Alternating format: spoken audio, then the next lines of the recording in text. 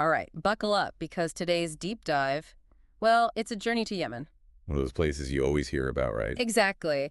And get this, we're focusing on a structure so incredible, so impressive, they call it the Bridge of Sighs. Bridge of Sighs, huh? Uh-huh. Sounds kind of romantic, doesn't it? You could say that. I mean, the pictures alone, stunning. But you know me, I had to dig deeper. Got articles, videos, even some local tales about this bridge. And let me tell you, it's more than just a pretty picture. Oh, I bet. So set the scene for us. What are we looking at here? Imagine this. Towering cliffs, rugged mountains, and stretching between them, this bridge. It's like something out of an Indiana Jones movie, 20 meters long. But here's the kicker.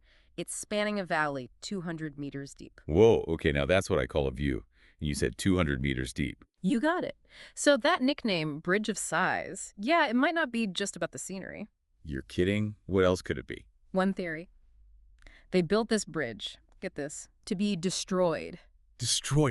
Wait, hold on. Why would anyone build a bridge just to blow it up? Now you're thinking like a military strategist from centuries ago. All right, I'll bite. Tell me more. We're talking about 16th century Yemen, a time of, shall we say, some unrest. Ah, right. Always someone trying to take over back then. Exactly. So imagine you're facing an invasion. What's the fastest way to stop an army in its tracks? Cut off their route. Bingo! And what better way to do that than remove the only way across a 200-meter deep chasm? Oh, wow. Talk about a defensive strategy. That's brutal, but effective.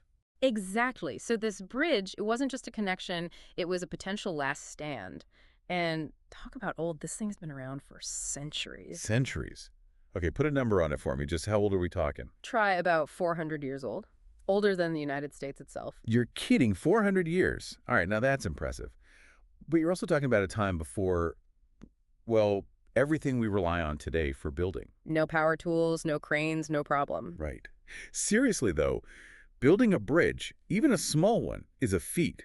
But this one, with the technology they had back then, it boggles the mind. You're telling me, 16th century, we're talking wood and stone, that's it. And yet, this bridge is still standing. That's the incredible part, and that's what we're diving into today. How did they pull it off? What kind of ingenuity and skill did it take to build something so enduring with just those basic materials? All right, I'm hooked. Lay it on me.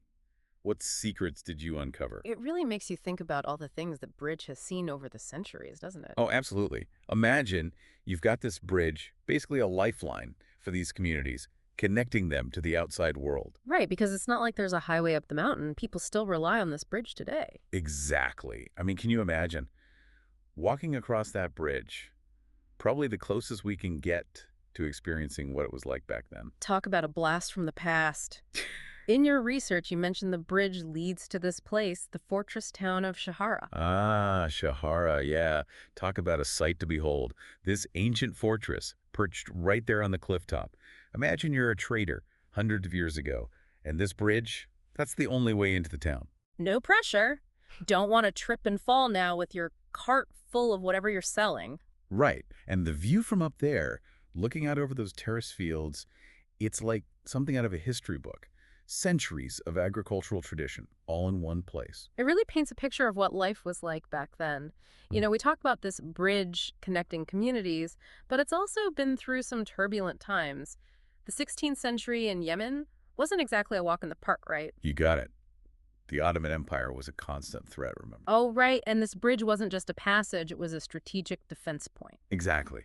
Think about the people who crossed that bridge over the years. Farmers going to their fields, merchants with their goods, families just trying to stay connected. And maybe, every now and then, soldiers preparing for battle. It's incredible to think about. All those lives, all those stories, all passing over this one bridge. It really makes you wonder, you know, if those stones could talk, what stories would they tell? Oh, I know, right? Think about it. All those whispers in the wind. 400 years worth. Weddings, arguments, deals being made, maybe even a battle cry or two. And don't forget the everyday moments, too. The laughter of children running across, the creak of the wood under the weight of a heavy load. It's like a tangible connection to the past. It really makes you appreciate the craftsmanship, you know? 3 years to build this bridge, no modern tools, just human ingenuity. It's a testament to their skill and dedication, that's for sure. They didn't cut corners, they built something to last. And look at it, still standing, still connecting those communities after all this time. It's pretty amazing. We've covered a lot of ground today, from the history and the engineering to the cultural significance of this bridge. It's definitely more than just a way to get from one side to the other. You said it. It's a symbol of human connection, resilience, and the power of ingenuity.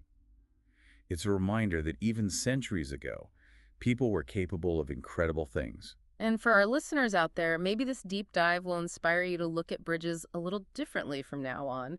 Who knows what stories they might hold? That's right. The next time you cross one, take a moment to appreciate the history beneath your feet. And that's a wrap on another deep dive. Thanks for joining us, and until next time, keep exploring.